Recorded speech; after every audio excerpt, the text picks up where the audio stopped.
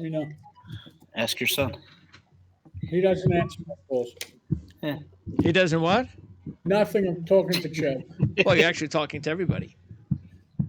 I hope not, but okay. All right, so here we go. It's another week of horse racing coverage on the Prime Sports Horse Report. Greg DePalma, Jon Hardoon, and soon to be Mr. President, Chad Summers. What's up, Prez? All good. It's cold in New York. What else is new? Freezing in New York. So, what do you got? A couple weeks before the vote? December 27th. But everybody can get their votes in now. Hopefully, they got their ballots. I mean, look, it's just a place where, New York is in a crossroads right now, and we're just going to sit there and see if we can't try and help navigate this transition the next 3 years. And who can vote? Anybody who's an owner or trainer who's run in New York over the last 3 years. How long is your term for? 3 years. Oh, it is. It's 3 years. Wow. Yes. Oh, it's his term already. No, when you get elected, and when do you take office? The 28th. December 28th. Who's the president now? Joe Applebaum. An owner. And Sure. I don't know. I haven't seen any of his horses run, but sure. Me neither. I was. Can you really make a difference, Chad? I better keep it nice. Yeah. Look, I think Chad has good ideas. I mean, we're passionate about this industry, and it's just something where, look, at least we can say we tried. Wherever it goes, it'll go. You okay back there, John? Yeah, I was just leaning over. You can relax. Looked like Tom Hanks in Big there for a second. Yeah, What happened? relax. More like Danny DeVito in Taxi. All right. Thanks a lot. Before we talk about the two main races on the show today, they're both at Aqueduct. Just a quick little minute or two on even though it has the grade 1 distinction this weekend, this is not like an overly big field of great horses, but there's some intrigue. You got Charles Appleby and the Hollywood Derby, grade 1. Which is run at Del Mar. Which is run at Del Mar, that's right. Hollywood Derby at Del Mar.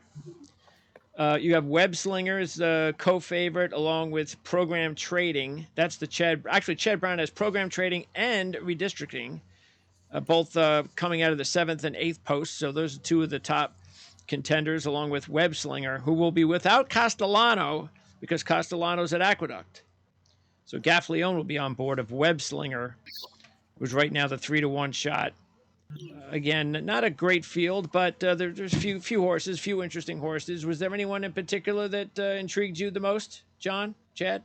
Well, the race goes through Chad Brown, I guess, unless Charles Appleby shows up with another killer. And I guess just getting off of the Breeders' Cup, we should have learned our lesson about those horses. So, I don't know. Off the numbers and the horses that run in this country, obviously, Program Trading ran an 8.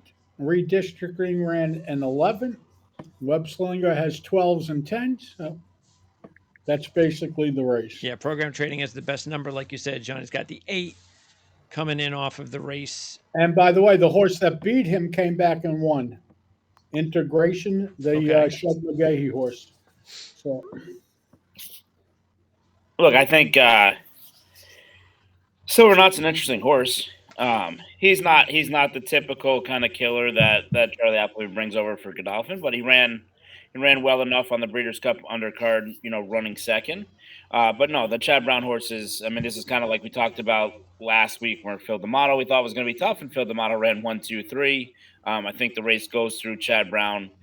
Look, there's a lot of big races on Saturday. It's definitely worth noting that jockey Joel Rosario ends up in California. He won 5 races in a row at Zia Park earlier this week on Tuesday, 4 of them stake races. Look, he's riding in good form.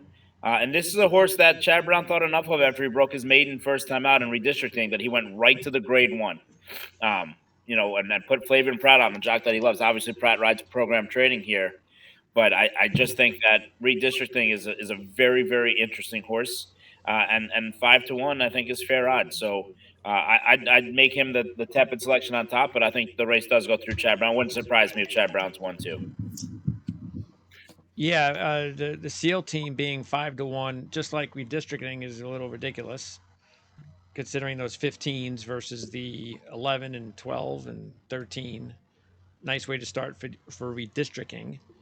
So, and you're not worried too much. Obviously, it's too. I mean, program trading, John hasn't raced since September, so you're not worried about a bounce, right? No, he's got plenty of time. He's got 2 months, maybe And more than 2 months. Actually, he has more than 2 months. Any long shots worth noting in this race at all before we move on, Chad? No, I don't think so. I think this is very chalk filled race. Okay. All right. Let's go to Aqueduct, and the weather should be fine. So that shouldn't come into play. We've got races 9 and 10 at Aqueduct. And we've got Grade 2 Remsen. Now, this is a mile and an eighth race. Now, this is one of those races where we're going to be potentially looking at next year's Triple Crown crop. Yeah. Hopefully. Well, it's interesting.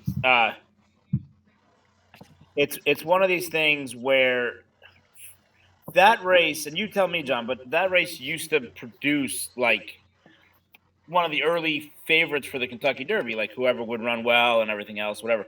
It's been a little while. I guess Mo Donegal ran well in this race a few years ago, came back and was one of the favorites in the Derby and won the Belmont Stakes. But otherwise, it hasn't been a Derby friendly race of late. But look, it's the first one going a mile and an eighth for 2-year-olds, and it's a race filled of this year in particular. A lot of horses that are on that fringe that it's an interesting spot to see where they're at. You got some lightly raced horses, a lot of maiden winners, kind of testing them out where they're at. I think the top 3 favorites will all end up being horses who just broke their maiden in their last race. All right. All right, we've got all the big shot trainers. Cox. Listen, let's be honest here. With the exception of the one horse, every other horse in the race runs between a 13 and 15. So to even think of betting the favorite in this race, whoever they decide to make the favorite, is ridiculous, because off of the numbers, again, every horse, the 2 can run 13, the 3 can run 14, the 4 can run 12, the 5 can run 13. Every single one of them. The 7 ran once a 15, the 8 ran a 13. The 9 is off an 11 sprinting, nothing but 11s, but they're all sprint races. So I don't know. Even the bottom horse has a 15. So who's going to step up on Saturday and move to the head of the class? We'll find out. What's your experience in these types of races then, Chad, as far as when you're talking about these lightly raced horses in a pretty important race for 2-year-olds? Is John like onto something where you unless you see a horse that really like is an eye opener, you're better off not going with the favorites?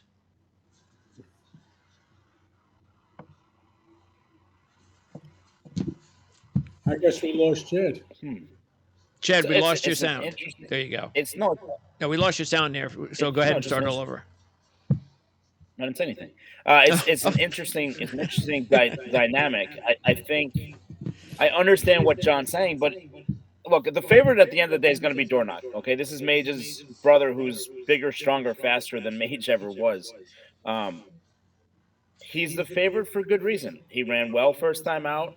Came back in a stake race as a maiden and almost pulled that one off. Got run down at the 8th pole, and then came back and was a dominant winner of his maiden race last time out at Keeneland. And he's seemingly doing very well going into this race. You would think, obviously, with his pedigree, that the mile and an eighth shouldn't be a problem. The biggest thing for me is trying to find horses that I think will see out the mile and an eighth distance right now, that are fit and ready for the mile and eighth distance. And the interesting thing in this race, again, we talked about it being a Chad Brown day in the Hollywood Derby. Chad Brown's horses in here, these 2 horses are very, very interesting horses in the 2-horse domestic product, and Sierra Leone, who's a $2.3 million purchase, Son of Gunrunner. We know obviously how well Gunrunner's performed as a stallion so far. So to me, they're the two kind of wild card horses in the race. Where you place them and what you do with them, and then what you think of Puka. Look, I'm sorry, Dornock, Puka's son. I think that's where this race starts and goes through, and then you kind of make your mind up from there. All right. Yeah. I mean, John Dornock, as Chad says, I mean, if you look at it, he does have the best sheet line of any other horse in this field 20, 17, 14. So he's had back to back 3-point tops. But again, the best race was a 14. So it's not like that's the best we've seen so far to this group. He does have a good line. So is Dornock a horse that at least you're going to put into your exotics? Yes, I will use Dornock. I'm not keying off of Dornock, that's for sure, but I would use him. I definitely would use him. All right. Right next to him is a 9-2 shot, Moonlight. And that's one of the Pletcher horses with Irad Ortiz Jr. is just killing it at Aqueduct at 34%. The horse ran a 13, race number 2, off of the turf onto dirt. And was that one of those races where he was supposed to be on turf and then he Yes. raced on dirt and then ran a 13? It was rained off, and yes, and so his only race on a fast track is a 13. The turf race was a 20, and the sloppy track was a 15. So he could run anything. And the 15 was going to happen off of the 13. Yeah. So yeah, 9-2, not bad. If you're still going to get 9-2, what about Moonlight, Chad? He's an interesting one to me. Only look, I think he was kind of well thought of. The first time out, he ran behind Carson's Run. Carson's Run came back and won the Grade 1 on the grass for 2-year-olds, and then ran in the Breeders' Cup. He was good that day. He was better when he broke his maiden, although I'm not really sure what finished behind him. And then he was second, but really didn't have any excuses, in that race at Churchill. I know it was a sloppy track, but the horse that beat him that day was really just a horse. He didn't really show a heck of a lot that day. It was kind of a disappointing performance for him to run second. And you saw off of those races kind of where the pecking order of his horses are, right? You had Fierceness, who came back and won the Breeders' Cup. You had Locked, who had a trouble trip and ran well. Moonlight went this direction. He's a son of Audible. I always had questions about Audible going the distance of ground. I know he won the Florida Derby, but he didn't really seem like a horse that really wanted to run far. And I know Todd's very high on his other horse, Private Desire, the bottom horse. Even though he ran kind of a nondescript fourth last time out in the Nashua, they're firing back in this race. And Todd's had success in the past of running these horses back in this race in particular. He's won this race 3 times before, so you have to take his horses very seriously. Is it unusual to see a horse in his first race run a mile and 16? No, I don't think so. Okay. It's not an easy thing to do. If a horse is devoid of any speed, and that's especially for somebody like Todd. Todd's horses are, and it's worth noting because Todd's horses are kind of known for getting away from the gate quickly, putting themselves in the race, and often kind of running short to then stretch out to these longer distances. So when you see him running a mile and 16th first time out, the thing that it screams to me is he just doesn't have a lot of speed. Okay. And so even when he broke his maiden, they didn't go very fast. There was a mile off the turf. They went 47-1. So he's going to be further in the pack, even though he was second going in the first turn of that maiden breaking score, going a mile. I don't think he's as fast as some other horses in the race. There's a lot of speed in this race. This race is going to set up where I think it's going to benefit somebody coming from mid pack, a little bit further back than where it was before. So I think that's the other thing, and with Dornock, is that something that's going to kind of play into against him as the favorite. Is where does Luis Saez kind of position him? But Luis Saez is coming up, and I know it's a big day. It's Cigar Mile Day. Luis Saez is coming up here Saturday specifically to ride Dornock. Okay. Well, a couple other interesting 10-1 shots on the first page here. You've got Drumroll Please, the 5, and Domestic Product, the 2 that you mentioned. Domestic product is coming off that 13. So it was on October 27th, John, after a 20. So Well, a bounce. 20 doesn't mean anything. They couldn't wait to stretch him out, and he won at a mile and an eighth. So that's a plus for him. Okay. He won the number at a mile and an eighth. No one else in this race has been a mile and an eighth, I don't think. So he already proved he can go the distance, and he's 10-1 morning line. You must use the two. Yep. You must use the two. And then the 5, drum roll, please, Chad, between the 2 and the 5. That's the Cox Castellano combo. Castellano was on board last time at Aqueduct, ran a 15, had a 14 in the race before. But again, that was a top. That was an 8-point top after the 22 to begin his career. So now, interesting here. Tell me the decision to Castellano to choose this horse for Cox over the 10 for Pletcher, Private Desire. Yeah, it was a relatively easy decision for them. The way that Private Desire ran last time didn't help, even though he was so good the time before. But when Castellano got off, drumroll please, the maiden breaking score, he said it's the best 2-year-old he's been on all year, and he's remained confident about that. He breezed them 2 weeks ago, and he had a good breeze on that day. When he ran first time out, he was kind of broke a step slow and stuck on the inside. Maybe not where his ideal. The track was sloppy that day. Yeah. Came back and ran a good second behind Locht, who was the most impressive maiden winner of Saratoga, him and Fierceness, and so he was second, and I think it was 7 lengths clear of third at that point. Came back and graduated next time out very professionally, kind of doing whatever Castellano wanted. He's a very kind horse, and he'll do whatever the rider kind of asks of him to do and whatever the rider wants him to do. So it's one of those things where the sky is the limit for him. I think he'll run another new top on Saturday, and where that puts him in the grand scheme of things, we'll see. But he's going to be able to work out kind of any trip he wants because he's that kind of tactical horse. He's a pretty cool horse, very, very laid back for a 2-year-old. He's growing. He's very scopy, and 10-1. I thought he was going to be somewhere around the line of 5-1, 4-1. I thought he was going to be 7-2. I really did. So 10-1. That's probably what he's going to turn out to be then. You kind of lick your lips, but I don't know, Greg, because like John said, kind of in the beginning, there's a lot of horses here that are very close. So it's not like the morning line's so crazy, even though it's higher than I thought it would be. I don't know who's not going to take money that's lower odds, if that makes any sense. Yeah, sure.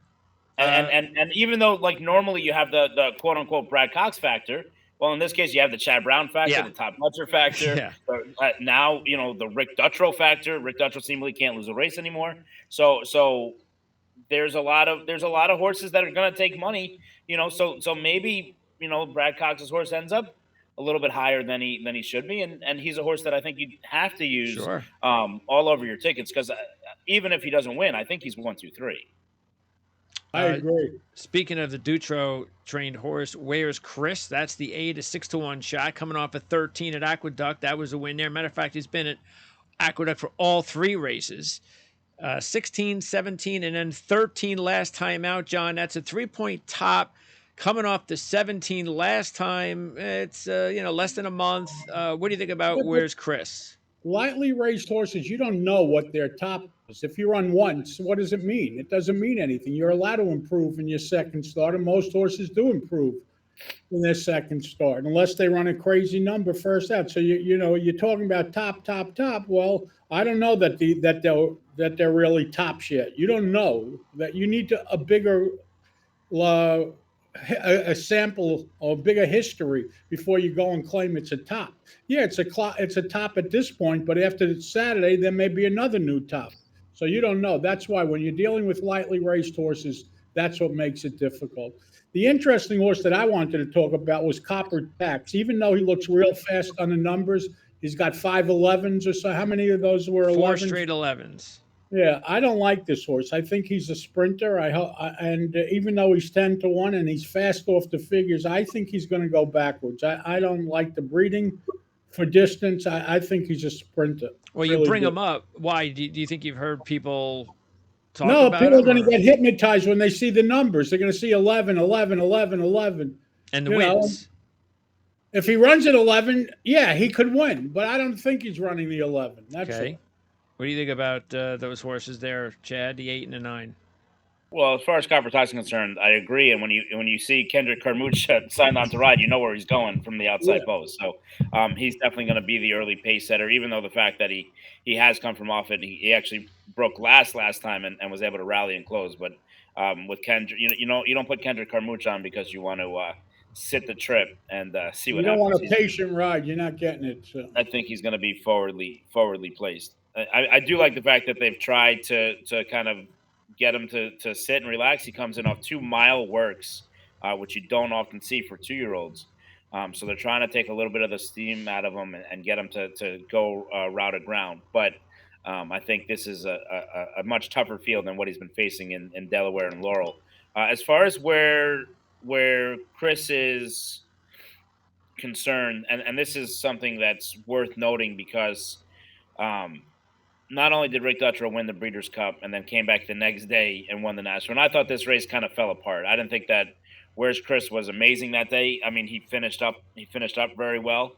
The race just kind of looked like it fell apart, but I mean, you see his horses on the track. He won another race today. He's now have 7 wins at the meet, 7 for 21 at the meet. He's winning at 33%. Uh, you have to take his horses seriously. They look. I mean, the horse that he won with today outlooked the field by five lengths and ran to it and won by 7 or 8 lengths. He's a brilliant horseman. You can think of whatever you want of him as he has his issues or whatever, but you cannot ever question his horsemanship skills. And he's a very, very talented trainer. He's probably the best horse trainer in the country, if not the world. Wow. Interesting. I agree with everything Chad said. Richard Dutrow. By the way, we are going to have our, don't forget, because we're only in, December's coming, December. And what that means is we're a month away from our 2024 prediction show. I'll be sick that week. I feel a headache coming. And we'll wrap up our 2023 predictions.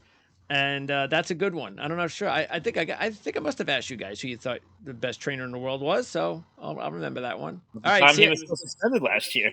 He was what?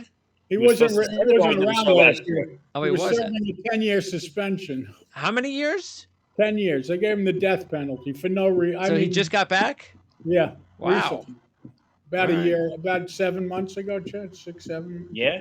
So he's like acting like the like Bill Belichick and Jim Harbaugh then.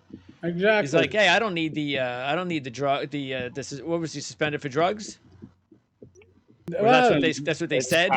It's complicated. It's not. It wasn't necessarily a drug thing. It was. Okay. He's got a very brash personality. He rubs people the wrong way. Well, there you go. You either love him or you hate him. See? He's kind of like Trump. Just like Belichick and Harbaugh. That's why they're after him. Exactly. And that's why they have to prove. Belichick went undefeated that year. And somehow Harbaugh's coaching the Big Ten championship game. Yeah, there you go. And he's undefeated. Fun Saturday all the way around. Absolutely. Yeah. Sierra Leone, a 4-1 shot. You mentioned him briefly, Chad. This is the other Chad Brown horse off one race of 15. So that was a mile. They paid $2.3 million for him. I could guarantee you he's running better than the 15. I don't know if he's going to win, but I would assume a forward move is coming. I mean, if you watch the race visually, he's the most impressive horse in the race. So I think you have to take that seriously. I mean, Chad Brown's dirt isn't known as a dirt trainer. Obviously, he's won some of these races in the past, but I think this horse is a special horse, and he's wasted no time. As soon as the horse broke his maiden on the it was Breeders' Cup Day, but it was in New York, obviously. Right away, the plan was the Remsen. So they're not kind of taking their time here. They're going right to the Wolves. But there is something to be said. Look, it's not an easy thing to do, to go 1 mile and an eighth in your second career start against winners, against everything going on. I think they're looking in this race as a stretcher to continue to move forward, right? Like, again, we opened the show saying this is a race that begins the road to the Kentucky Derby, and it very much does. So there are the top 5 horses that finish in this race are going to go their different ways between Fairgrounds and Oaklawn, stay in New York, et cetera, what paths they take. But this is a very interesting race. I mean, even horses we haven't talked about before, like Bilal, just inside of Sierra Leone. I mean, there are a lot of different ways you can go in this race. I don't think there's a wrong thought process. I'm not going to sit there and tell anybody you're wrong if you have a feeling about the race. But that's what makes it such a great betting race.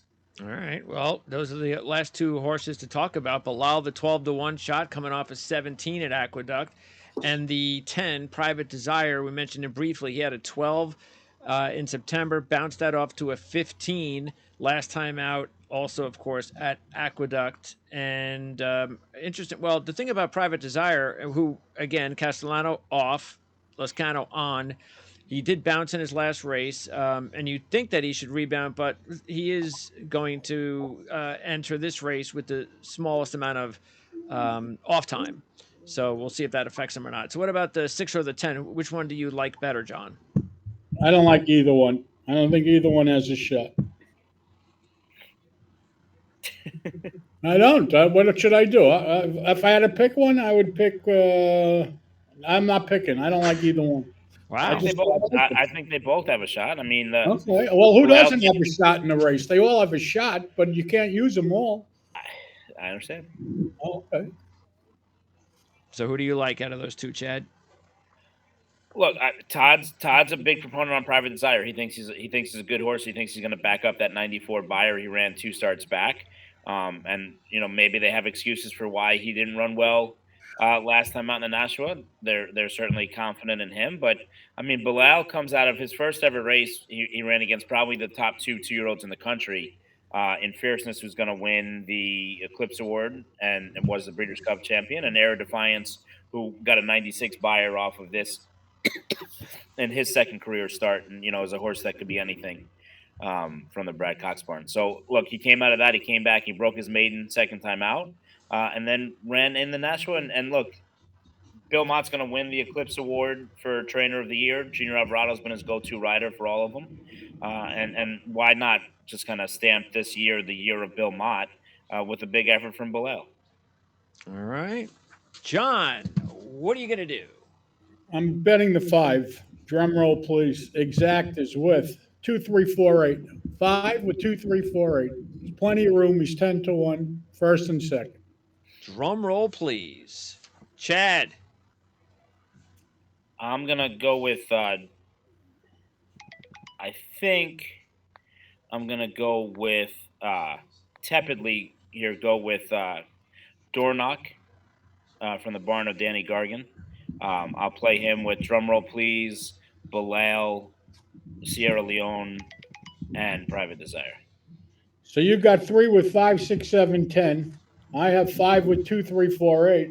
Well, what are you going to come with? 1 with 2, 6, 7, or 9 or something? Greg's doing 7 with 3 and 5. I knew it. 7 with 3 and 5. Okay. All right. That's race number 9 at Aqueduct. We now turn our attention to the late double with race number 10, Cigar Mile. The grade 2 Cigar Mile Handicap, $500,000 purse, 3-year-olds and up.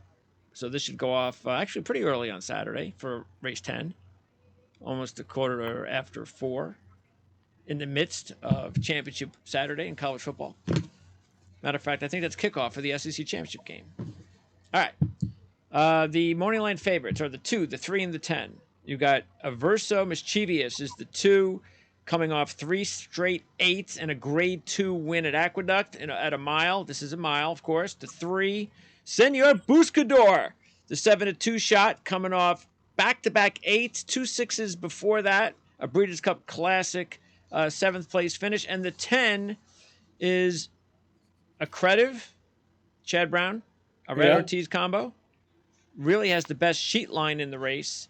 12, 10, 9, and 7. Craig, the interesting thing about Assertive. There you go. It's better than Aqueduct. Yeah, he ran against, he was beaten by Averso Mischievous, the Brad Cox horse. Yes.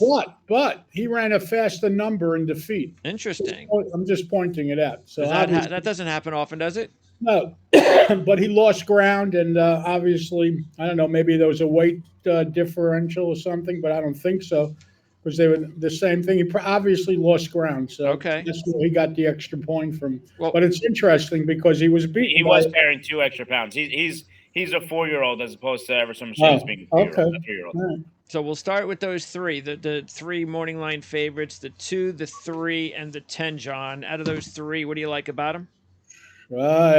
It's tough. It really is.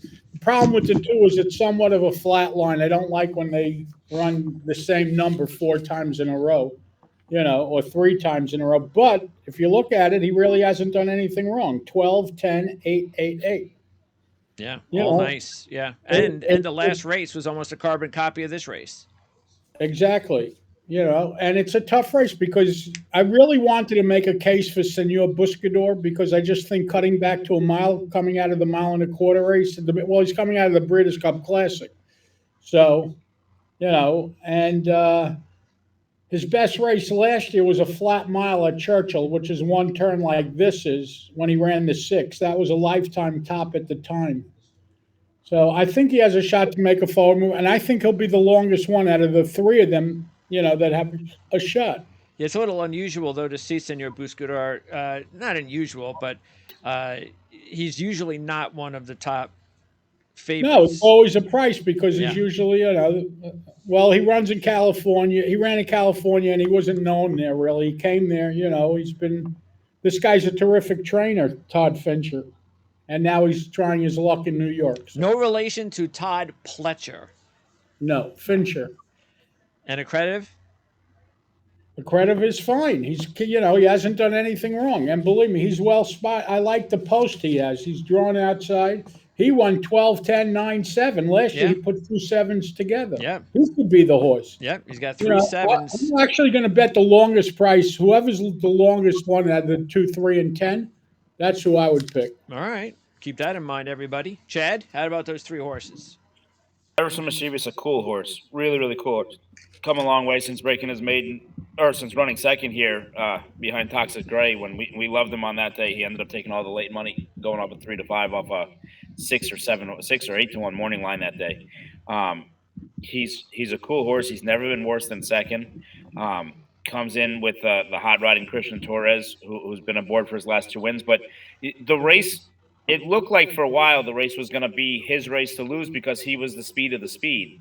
And as a 3-year-old, even coming off the stakes win, he's still getting weight. This is a handicap, so he's still getting 4 pounds from Senior Buscador. But when you enter in some of these other weird kind of horses, horse shipping in from West Virginia, horse shipping in from Parks, all of a sudden adds kind of a cheap speed dynamic to it where Everson Machines is going to have to work every step of the way. Now he might be that talented enough to overcome it and do it, but his task became much tougher.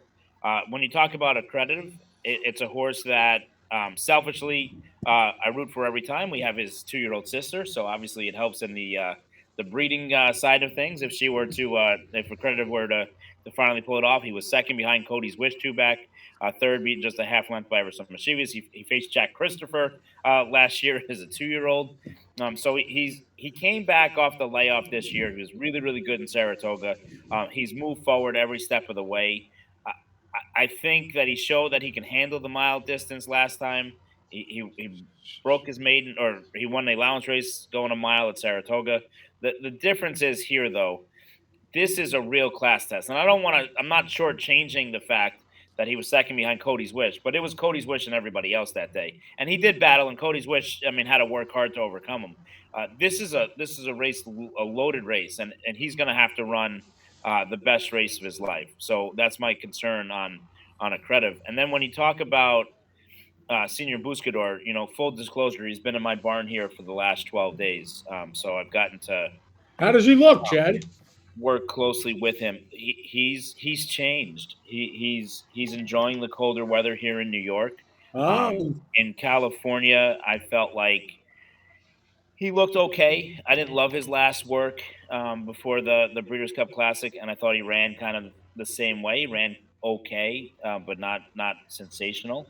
Since coming to New York, he really seems like he's blossoming. He's dappled out. Junior Alvarado was aboard for the Breeze last week, and he's normally a little bit of a lazy workhorse by himself. And um, by the time they got to the 6 furlong pole, before he took off going from the 4.5, he was in full mode. Like he was ready to go. He was on it, and Breeze well galloped out really well. The question with Senior Buscador is coming out of these mile and a quarter, mile and an eighth races with a horse who no longer really shows that early zip, is how far behind is he early? Now, Todd Fincher, the trainer, he says, look, he's a smart horse. If you go back, you see when he won at Sunland going 6.5. His best race, like you said, John, was the 1 turn mile at Churchill and the Aqueduct last year. He's been closer in those races. So why has he been breaking so slow in his last 3 starts, 4 starts? Don't know. Everyone in California, he basically just walks out of the gate. And in this field, even though they're going to go very fast, he can't afford to walk out of the gate. He needs to at least tactically put himself in some kind of position. And he seems like he runs better outside of horses. So when the speed's drawn inside of him, 1 and 2, he's going to end up being on the rail. It's a matter of, can Junior Alvarado work out a trip here to where he's not too far back early and he's able to swing out and make that run. That's the winning move. He's going to be coming late. It's just a matter of where he's coming from. Is there anything to horses that like or don't like cold weather? He just told you this horse woke up. There are a lot of horses that love cold weather. It's easier for horses to transition from warm to cold than it is to go from cold to warm. Oh. And that was one of the reasons why Todd wanted to get him out here when he got him out here. So he's been out here for a little while, and he loves these frosty, nippy mornings. He's just been full of himself. He really has. He's been dragging his rider around in the morning time, and so that's all good. That's great inside information. He's giving signs like he's sitting on a big effort. Senor Buscador, okay. And Senor Buscador it is. Let's talk about the 3 8-1 shots. You have Dr. Ardito, the 5 coming off an 8, and this is a horse. Doesn't that look like a top to you? That 8. It is. He did run 3 9s, but he hasn't run the 9 since February. Very good at Aqueduct and at this distance, so he's got that combo coming in. You've got the 7-3 technique, Castellano on board, and this is a horse, 6-year-old. Last 4 starts includes 2 7s. Ran a 7 last time out at the Breeders' Cup Sprint, even though that was an 8th place finish. The other 8-1 shot is Hoist the Gold, Velazquez on board. A 4-year-old with 25 starts. Damn. 7 and a 6 in the last 2 are those numbers. So what about those 3 8-1 shots, John? Out of all of them, I like 3 technique the best. If I had to pick one of those, I just think he likes the mile distance the best, and he runs good races on occasion. He'll pop up with a good one. He's got a bunch of old numbers to go back to. If he decides to run one of them, well, then it's good. Chad, what do you think about those 3 8-1 shots? I'm not a Dr. Ardito guy. I'm really not. I mean, he was a good second in the 49er, but maybe that just kind of discredits the race as good as it was. His Park Start Mile was awful. His Evan Shipman was fine 3 back, but he didn't really beat anybody. Before that, he was kind of 4th and 5th in ho-hum fields. I'm not a Dr. Ardito fan at all. Of the 3 Chad Brown horses, I probably like him 3rd best. When you talk about 3 technique or Hoist the Gold? Hoist the Gold. You mentioned the fact that he's had 25 starts. He infamously broke his maiden by DQ over Cyberknife in one of the looked like the worst takedowns ever. NFL referee call when they took him down for no reason. He needs a break. I know somehow he won. The race set up perfectly for him in the Phoenix, and that was with John Velazquez and everything else, whatever. But ultimately, I mean, this horse he travels, and he went to California, to Kentucky, back to California, back to Kentucky, back to New York. The horse just needs a break, man. Please, just give the horse a little bit of a break, and maybe he can be okay for next year. But he hasn't really missed.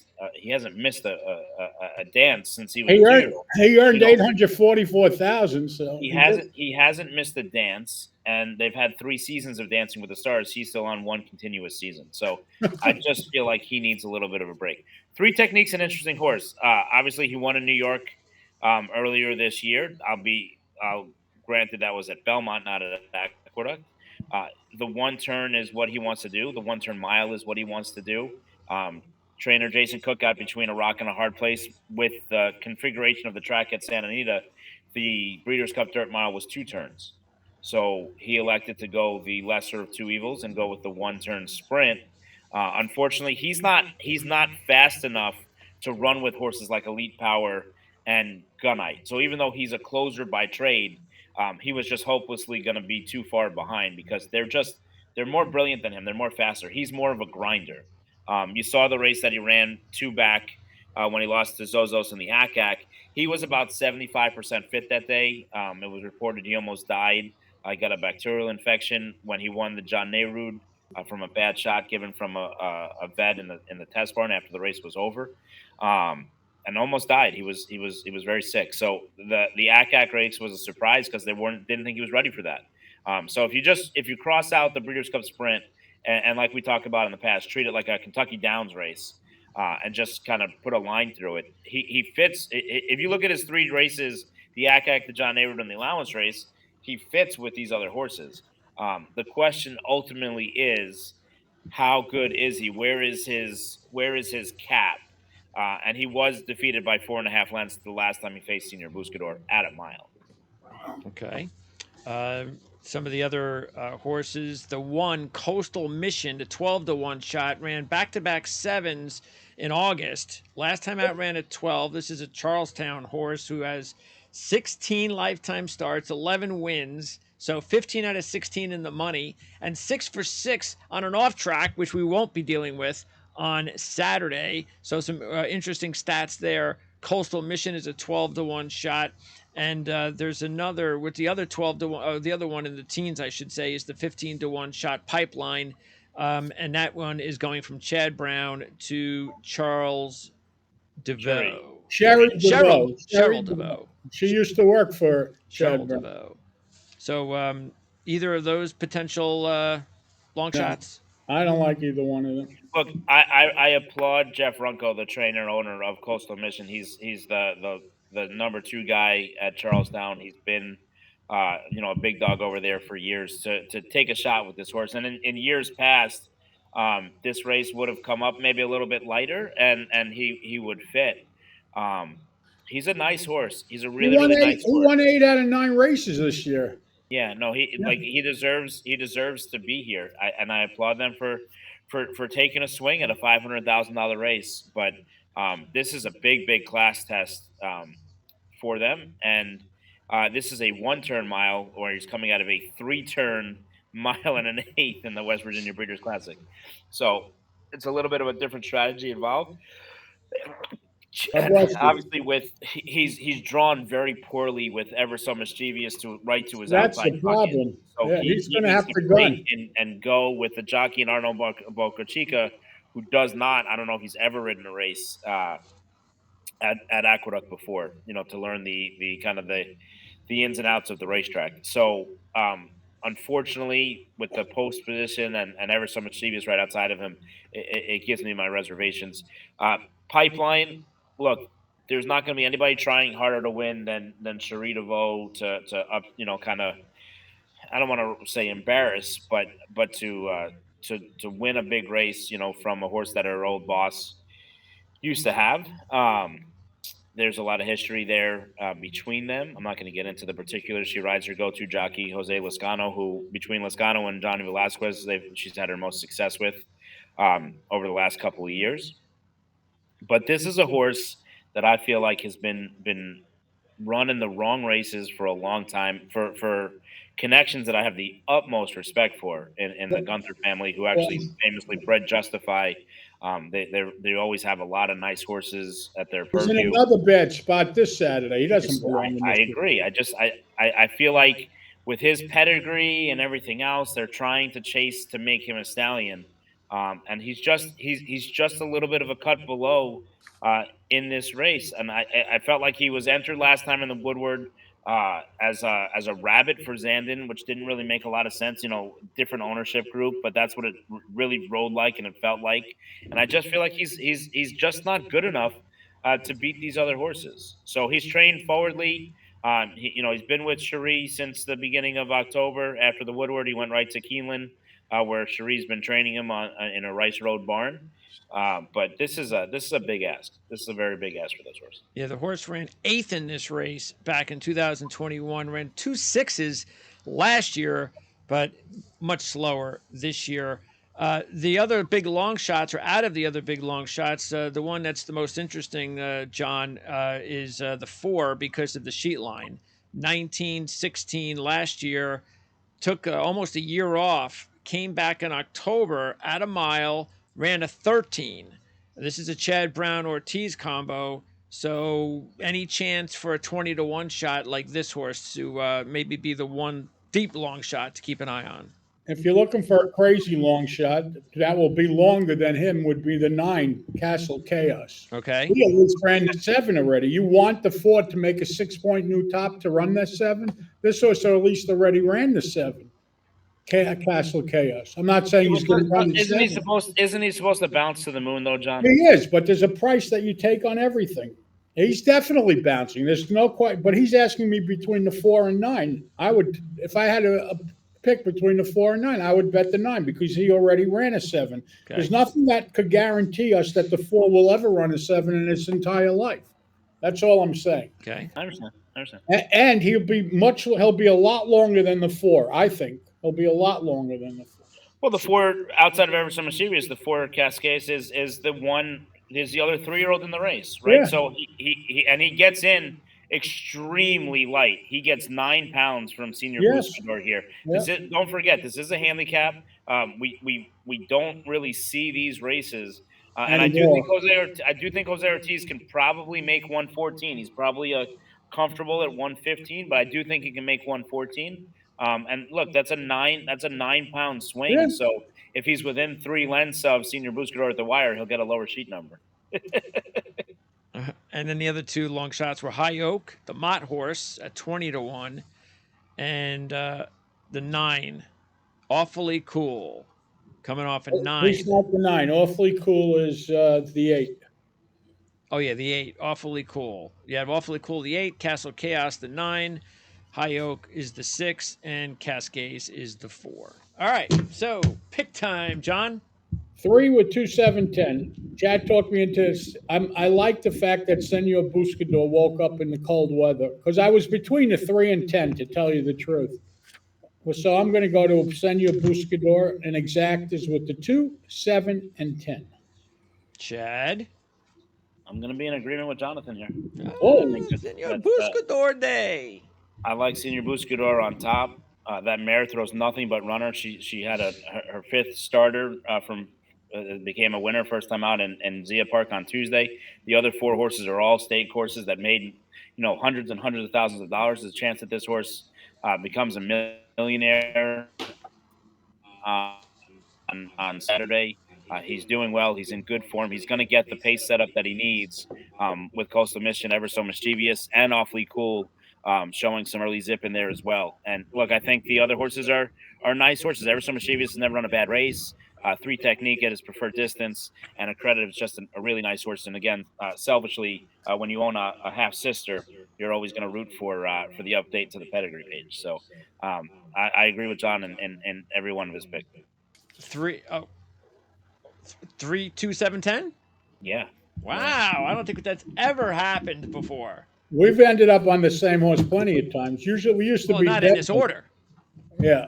Yeah. What do you like, Mr. Greg? Well, I'll do the 10 over the 2, 4, 7. 2, 4, 7. No, 2, 4, 7. You're throwing out the Senor Buscador. Yes, okay. I'm throwing out. I'd like Senor Buscador when I'm getting higher odds.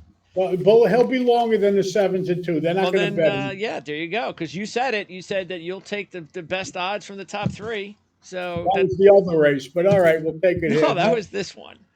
So, all right. I'm on Senor Buscador. Yeah, Senor Buscador. Yeah. Well, it could be. Yeah, absolutely. You're thinking that he's going to be the top priced horse anyway. So, All right, next week. What's up, guys? Next week we have, let's see, Fairgrounds is going to be busy. You've got the Louisiana Champions Day races. That's all Ooh. Louisiana breds. Okay, and then you also have, let's see, I don't see any graded stakes races Is except, Delmar running? I think Delmar may be closed by then. No, I yeah, don't think that one's fine. no Delmar. No, Delmar's closed. I We've knew. got, what is it? What is LRC?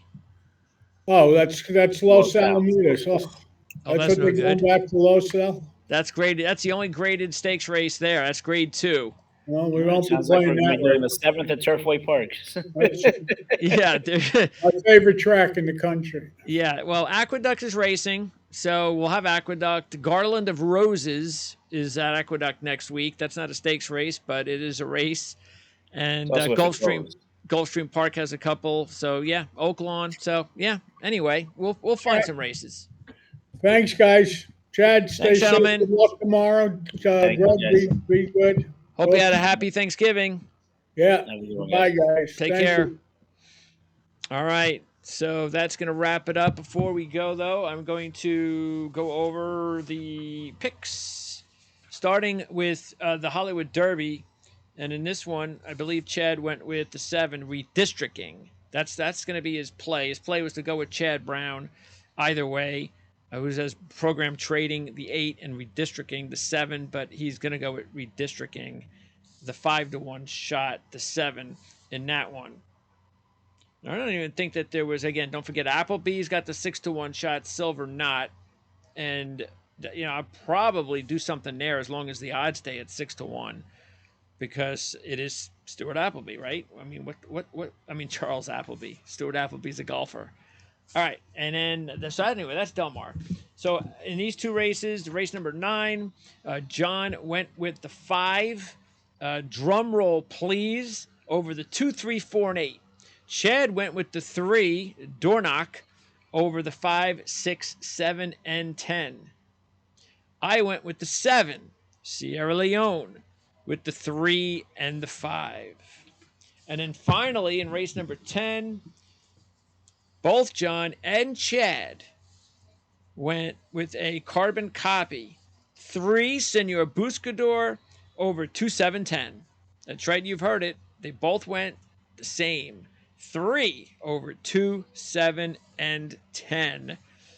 And that means that, well, actually, what that means is that they took the 3 favorites, the 3 morning line favorites, and the 7, 3 technique, was the the non-favorite of the race at 8-1. That's the Castellano horse. I went 7 and put the 7 in there. I put the 2 in there, ever so mischievous. But I also decided to, and I put the 10 in there at top, accreditive.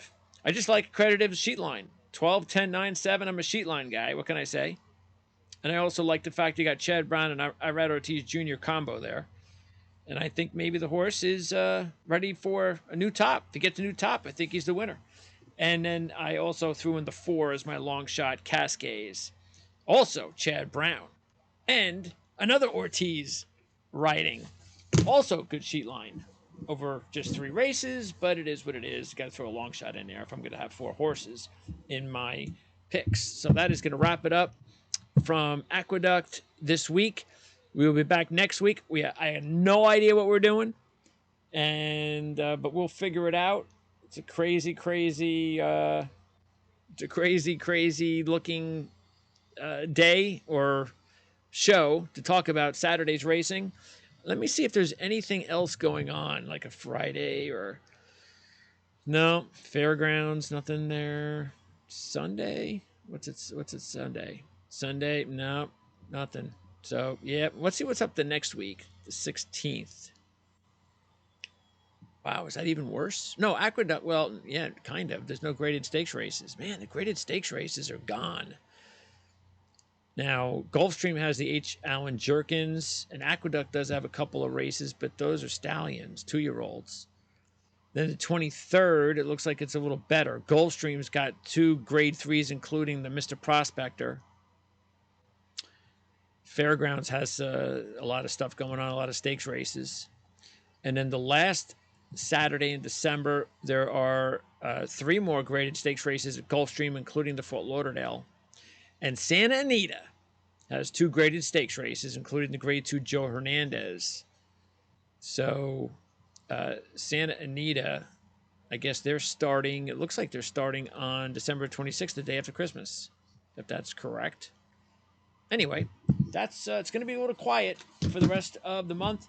And if you want to get our shows, 100% of our shows, every week, all year long, $5 a month at Patreon. And you get them on Thursdays, just like this show. $5 a month on Patreon. It's the only way you get it every Thursday, 100% of the show. Sometimes we don't post a show at all on YouTube. Matter of fact, we've gone through stretches over the last couple of months where we've had back-to-back weeks where we haven't shown you the races at all. I mean, the shows at all. Sometimes we'll show you the entire show, but it'll always be on, well, most of the time, you got to wait till Saturday. And then, of course, sometimes you'll get 80% of the show. So if you want 100% of the show, always on Thursday, $5 a month, Patreon. As you can see from the discussion we even had on today, it's more than just picks. Chad's going to come up with a whole bunch, and especially imagine if he becomes president of the NYRA. I mean, just imagine some of the cool stuff that we're going to have that you don't want to miss by becoming a Patreon member here on the Prime Sports Horse Report. So if you have any questions regarding that, just let me know. It's easy. You could just send me an email from the Patreon site.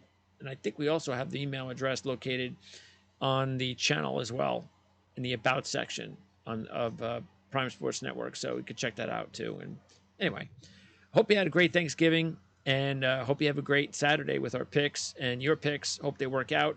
See you next week.